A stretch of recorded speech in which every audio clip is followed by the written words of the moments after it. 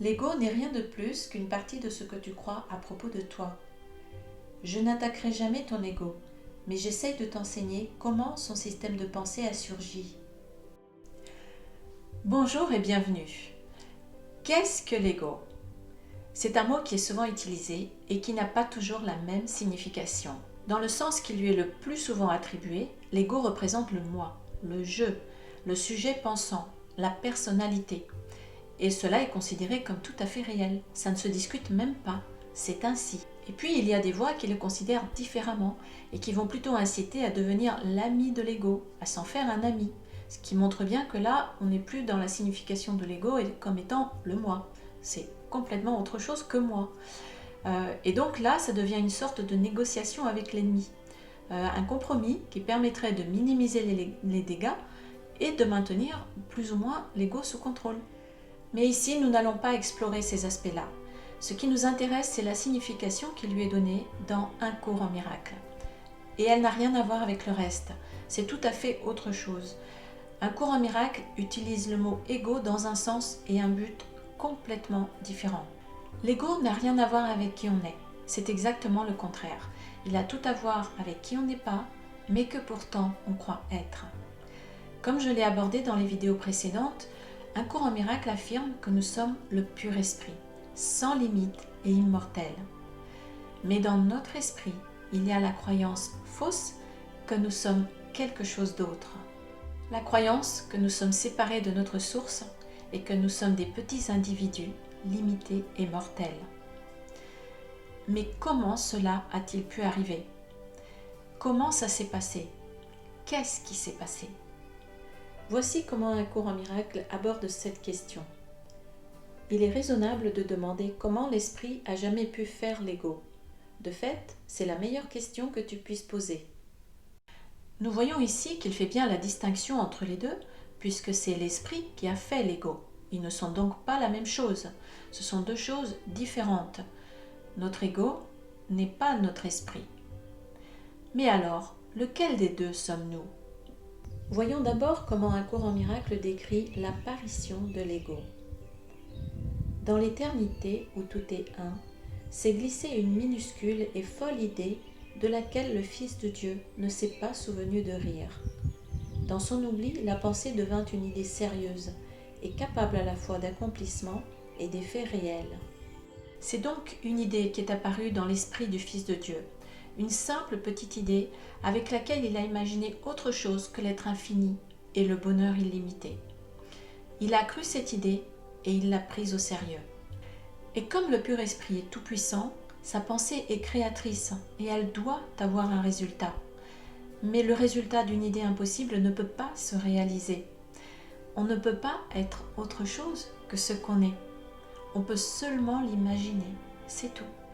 Nous sommes le pur esprit. Et le pur esprit est amour pur, paix et unité parfaite.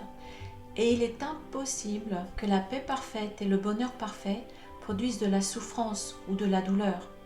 Sinon, ce ne serait plus la paix parfaite et le bonheur parfait, ce serait autre chose.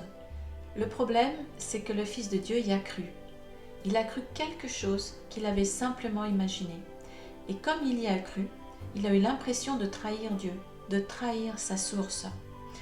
Il a cru que ce qu'il avait imaginé est devenu réel. Alors, il a ressenti une horrible culpabilité pour ce qu'il a cru avoir fait.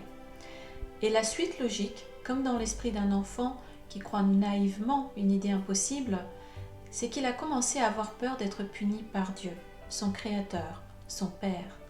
Il a cru vraiment qu'il avait commis ce qu'on appelle un péché. Cette culpabilité d'avoir péché, associée à la peur d'être puni par Dieu, est devenue si intense qu'il a cherché un endroit pour se cacher de la punition de Dieu. Mais au ciel, il n'y a nulle part où aller, il n'y a pas d'endroit où se cacher, puisque le ciel est tout ce qui est. Alors, il a inventé ce monde qu'il a projeté dans son propre esprit, avec tous les corps, tous les scénarios et tout ce qui le constitue, pour se cacher de Dieu. Sauf que rien de tout cela ne s'est produit en réalité, et que Dieu l'aime toujours pareil, et il ne le punira jamais pour quelque chose qu'il n'a pas fait. Ce n'est qu'un délire dans son esprit, une hallucination, une sorte de rêve dans lequel il s'est réfugié pour oublier ce qu'il croit avoir fait. C'est un rêve de culpabilité et de séparation d'avec la source de toute vie, mais un tel rêve ne peut être qu'un cauchemar en réalité.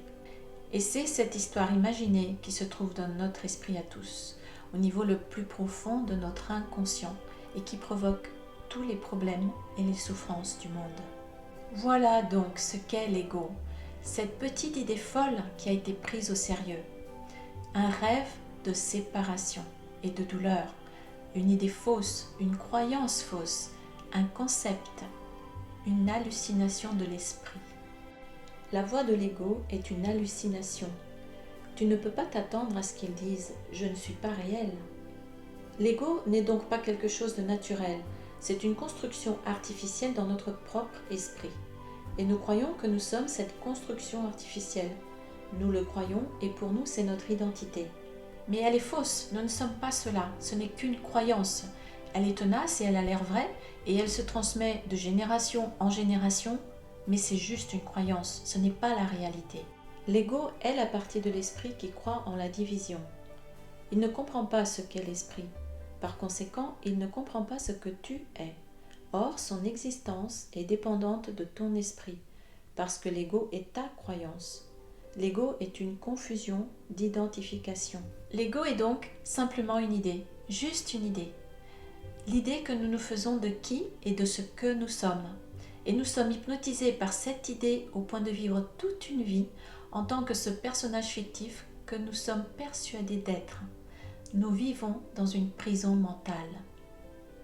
De la naissance à la mort, nous croyons que nous sommes cet individu qui arrive sur Terre, qui passe toute une vie d'esclavage à lutter pour sa survie, puis meurt à la fin sans trop savoir ce qu'il est venu faire ici.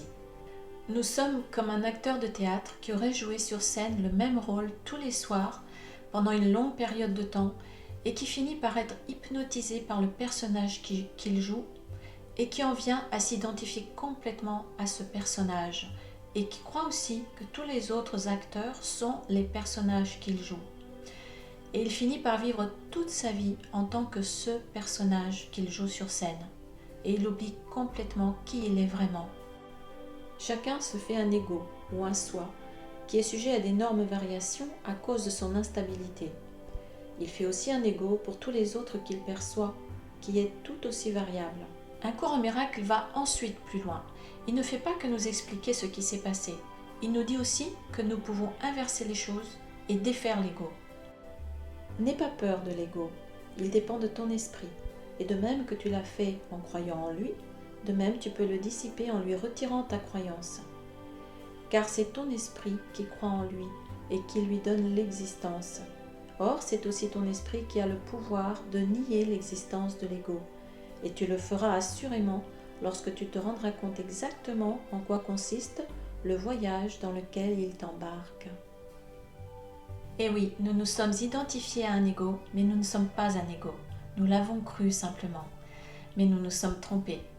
Pour faire une autre comparaison, nous sommes comme des gouttes d'eau au milieu de l'océan qui ont imaginé qu'elles étaient séparées de leur source, de leur origine, et qui l'ont tellement cru qu'elles ont fini par se sentir vraiment séparées.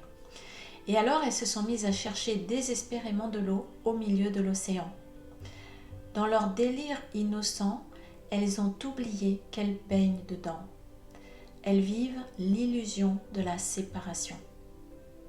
Tout cela est juste une erreur, et cette erreur peut être corrigée. L'ego peut être défait et avec lui l'illusion de la séparation. C'est cela l'objectif de l'enseignement d'un cours en miracle. Nous pouvons reprendre le chemin du retour à nous-mêmes. C'est le processus du réveil de notre esprit qui va nous aider à sortir de l'hallucination, de l'hypnose dans laquelle l'humanité est enfermée. En même temps que nous sortirons de l'inconscience, nous allons retrouver le souvenir de notre véritable identité, le souvenir de qui nous sommes vraiment. Dans l'éternité où tout est un, s'est glissée une minuscule et folle idée de laquelle le Fils de Dieu ne s'est pas souvenu de rire. Dans son oubli, la pensée devint une idée sérieuse et capable à la fois d'accomplissement et d'effets réels. Ensemble, nous pouvons rire des deux et comprendre que le temps ne peut pas faire intrusion dans l'éternité. C'est une blague de penser que le temps puisse venir circonvenir l'éternité. ce qui signifie qu'il n'y a pas de temps.